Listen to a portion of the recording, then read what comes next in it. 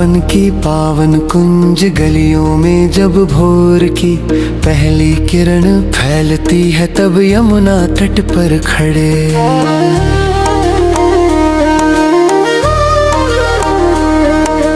मुरलीधर श्याम अपनी मधुर वंशी से ऐसा सुर छेड़ते हैं कि संपूर्ण सृष्टि जैसे एक क्षण को ठहर जाती है। पेड़ पौधे झूम उठते हैं, मोर पंख फैलाकर नृत्य करने लगता है गोकुल की ग्वालिन में।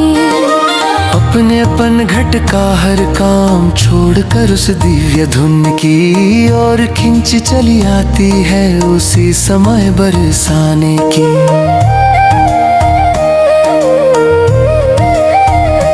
और से राधा रानी अपने उपरों की रुनझुन के साथ धीमे धीमे चलती हुई आती है, और जैसे ही शाम की वंशी का स्वर उनके कानों में पड़ता है, उनका हृदय प्रेम रस से भर उठता है। उनकी आंखें शाम के दर्शन की प्यास से छलक जाती है, राधा के आने की आहट से कृष्ण का मन प्रफुल्लित हो उठता है। उनका नील वर्ण मुख कमल की भांति खिल जाता है, और वे अपनी मुरली को होठों से हटाकर राधा की प्रेम पूर्ण दृष्टि से देखते हैं। उस क्षण को देख कर संपूर्ण वृंदावन धन्य हो जाता है।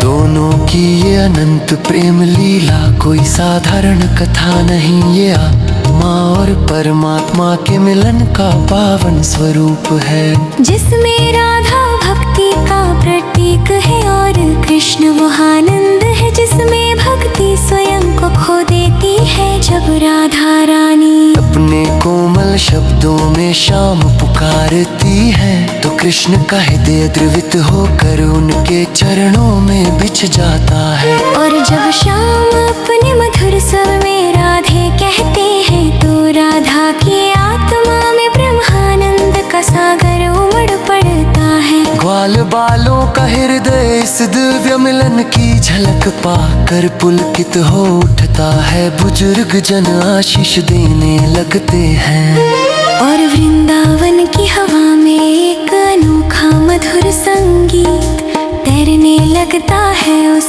समय गोवर्धन पर्वत से लेकर कदम्ब वृक्षों तक सब कुछ राधा कृष्ण की अनंत महिमा का गान करता है। यमुना की लहरें जैसे कदम कदम पर रस लीला का संगीत सुनाती है, और उस संगीत में राधा की लज्जा कृष्ण की मुस्कान दोनों के नेत्रों का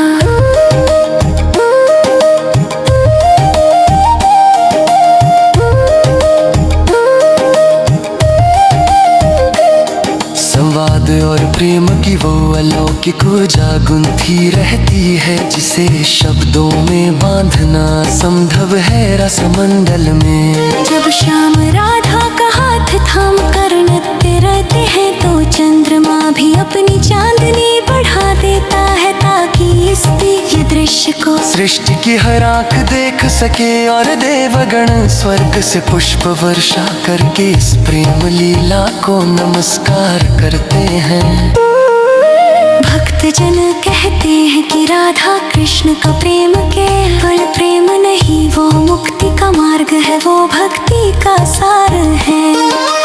वो जीवन का अर्थ है, क्योंकि जहाँ राधा है वहाँ करुणा है, जहाँ कृष्ण है वहाँ सौंदर्य है, और जहाँ दोनों साथ हो वहाँ अनंत शांति है। राधा के चरणों की धूल को माथे पर लगाने भर से जीवन पावन हो जाए, ऐसी मान्यता गोकुल वृंदावन में सदियों से चली आ रही है। और कृष्ण के नाम का स्मरण करते ही मन के समस्त संशय दूर हो जाते हैं। भक्त अपना हृदय खोल कर कहता है, हे राधे हे श्याम, हमें अपने प्रेम मार्ग में शरण दो, हमें वो भक्ति दो जिसकी चमक आपके नेत्रों में दिखती है, हमें वो समर्पण।